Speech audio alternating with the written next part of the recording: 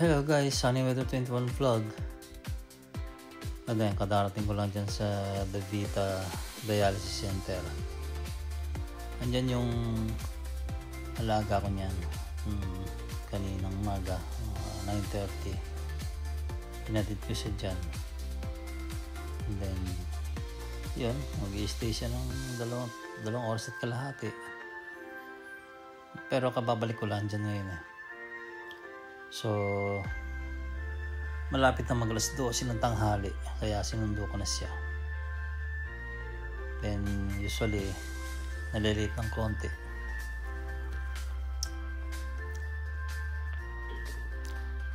Yan, ang kanyang dialysis every Monday and Friday. 2 beses sa linggo. Yun nga, ang kanyang problema, yung kidney failure. Siguro meron na siguro kami mga 3 taon mahigit na yung ganyan. Ako naman magdadalawang taon pa lang ako sa kanya. So, yan. Pag inatid ko siya ng mga 9:30 dyan sa center na yan, sa clinic,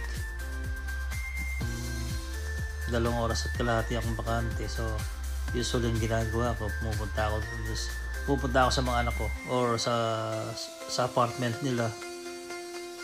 Yan, minsan hinahatiran ko sila ng pagkain, and then yung kanilang labahin, yung laundry, kinukuha ko dahil ako na rin yung naglo-laundry dito sa bahay naman namin, para hindi na sila naabala pa. Ako naman kasi napakaluwag ko sa oras. So, hindi naman masyadong mahirap. Yun guys, itong dialysis center, marami ditong pasyente. Tatlong session. Sa umaga, sa tanghali, at saka sa hapon. Dati kasi siguro mga 4 months ago or 3 months ago, panghapon siya. Kahatid ko siya ng mga alas 2, tapos matatapos ng alas 4:30, alas 5, ganun. And then paglabas niyan mamaya, either na uwi kami sa bahay, pag masama yung kanyang pakiramdam. Usually ganun ang pakiramdam niya. Siguro yung mga ganung kidney failure patient, pagkatapos ng dialysis, wala sila sa kondisyon siyempre. Or minsan naman didiretso na kami sa restaurant para yun mag-lunch.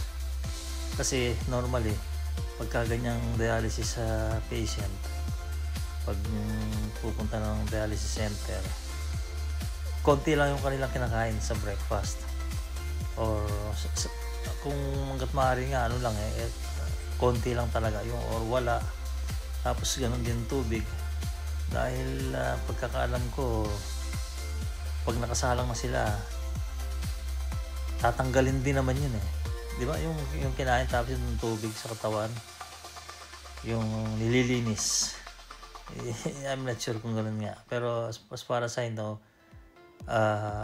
yung meron silang ginagamit na machines or aparato para linisin yung dugo, yung kidney, para makapag kasi nga hindi nagpa-function, ganun yan. So pagkatapos ng halimbawa magla-lunch siya kung saan niya gusto, then after that diretso ng bahay, yun, papahinga, mahihiga siya. And then ako naman normal naman yung pagka syempre hindi ako tatawagin, nakaupo lang tayo, nag-Facebook, nag-YouTube, nanonood ng movies, ganun naman So, bilang isang caregiver dito, yan guys yung aking duty, yung ihatid siya sa dialysis center, sunduin. At ang kainaman nun Although nawala akong day off or pandarang ako mag day off, at least pag Lunes at Biyernes may libre naman akong 2 oras at kalahati, minsan 3. So anywhere kung saan ko gustong pumunta, nakakapunta ako. Kaya tulad ng sabi ko, malimit akong pumunta doon sa apartment ng mga anak ko. Tapos pagka nagluto sila doon, halimbawa dinadagdagan nila, kinukuha ko yung para sa akin or binibigay nila sa akin. Ganon din naman ako, minsan nagdadala ako ng mga doon, mga supplies, yung mga groceries nila, yung basic commodities, siya ng mga hinahatid ko doon. And then pagka alam kong malapit na siya lumabas yung alaga ko, yung didiretso na ako dito. Kung mapapansin nyo mainit. Pero in fairness, nakikita nyong todo sikat yung araw dyan. Pero hindi masakit. Ano pa rin, pag nasa ilalim ng puno, katulad yan, nasa shed, hindi na masyadong ramdam yung init o alinsangan. Hindi katulad sa Pilipinas. Diba? Napakaganda ng klima dito sa California. The best talaga. Kaya siguro yung mga nagre-retiro dito sa California pumupunta. Kasi nga yung temperature, yung climate sakto lang sa kanila. Kaya nila yung init, yung lamig, ganun din. Pero merong ibang party na nagyayelo dito at saka yung snow during winter. Pero malayo dito yun. At in general, yung temperature talaga dito sa California maganda. Sakto lang sa pakiramdam ng isang matanda, kumbaga ng isang tao. Lalo na may mga edad na, di ba? Takot na sa init yan, takot na sa lamig. Dito sa California, tolerable naman at kayang-kaya. Well, ayan. Habang naghihintay, minsan meron akong suot na dyan na Bluetooth earphones, earpods. Nagsa-sounds tayo habang naghihintay. Tsaka pala dyan sa Davitan na yan, guys, ang daming Pilipinong dyan.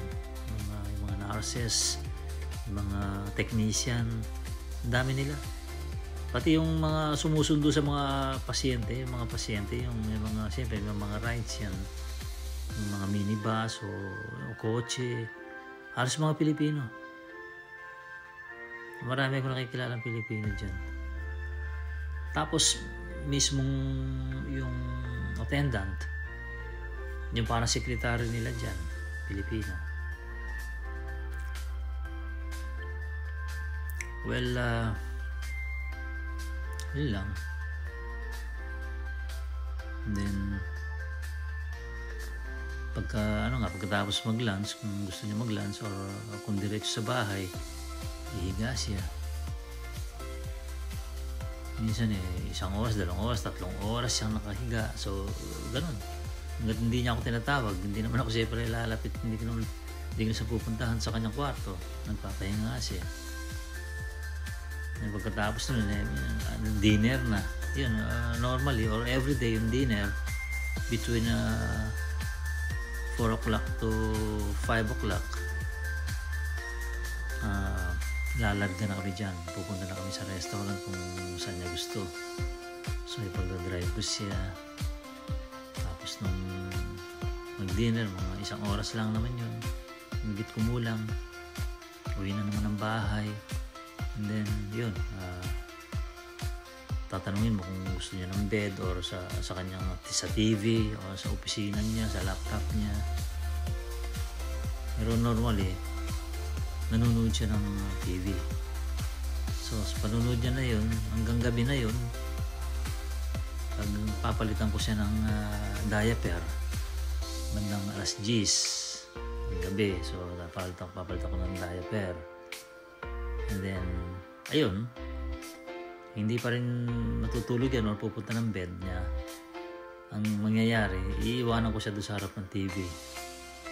So ako naman, alas 10 na, yun ang talagang routine namin. Pag alas 10 na ng gabi, pagkatapos ko siya palitan ng diaper, diretso na ako dito sa room ko. Ayun na, doon pala ako magsisimulang gumamit ng mga katawagan, mga ka-chat, ganun. Minsan may kinig pa rin ng music, ng sounds, para matulog. So yun ang routine ko. Or minsan kasi pag nasa restaurant kami, hindi naman din ako kumakain eh. Siya lang talaga eh. Kasi siyempre, alam niyo naman yung mga Amerikano, puro sandwich, puro hamburger, puro ganun lang yung kanilang halos kinakain. Ako naman eh parang minsan gusto ko naman ng iba.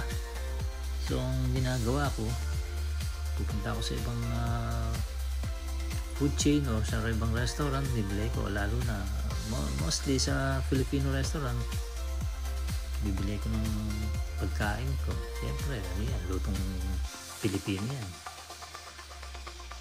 Halos naman, lahat ng menu nila nandoon, yung talagang sa Pilipinas nakakain natin. So pili ka lang ng gusto. Yan.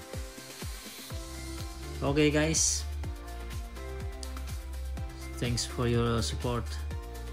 Ayan na siya, kung makikita nyo yan, kumuway na ako. Yung lumabas na nakita nyo na yun Pilipino yun. Kamampangan pa actually. Yan, hinatid na sa... Actually pwede ko mag-stay sa loob niyan Kaso siyempre, dahil iba yung amoy. So minamabuti ko pang sa labas na lang ako maghintay. Mas komportable ko. Ayan na siya. Ayan, ng aking alaga.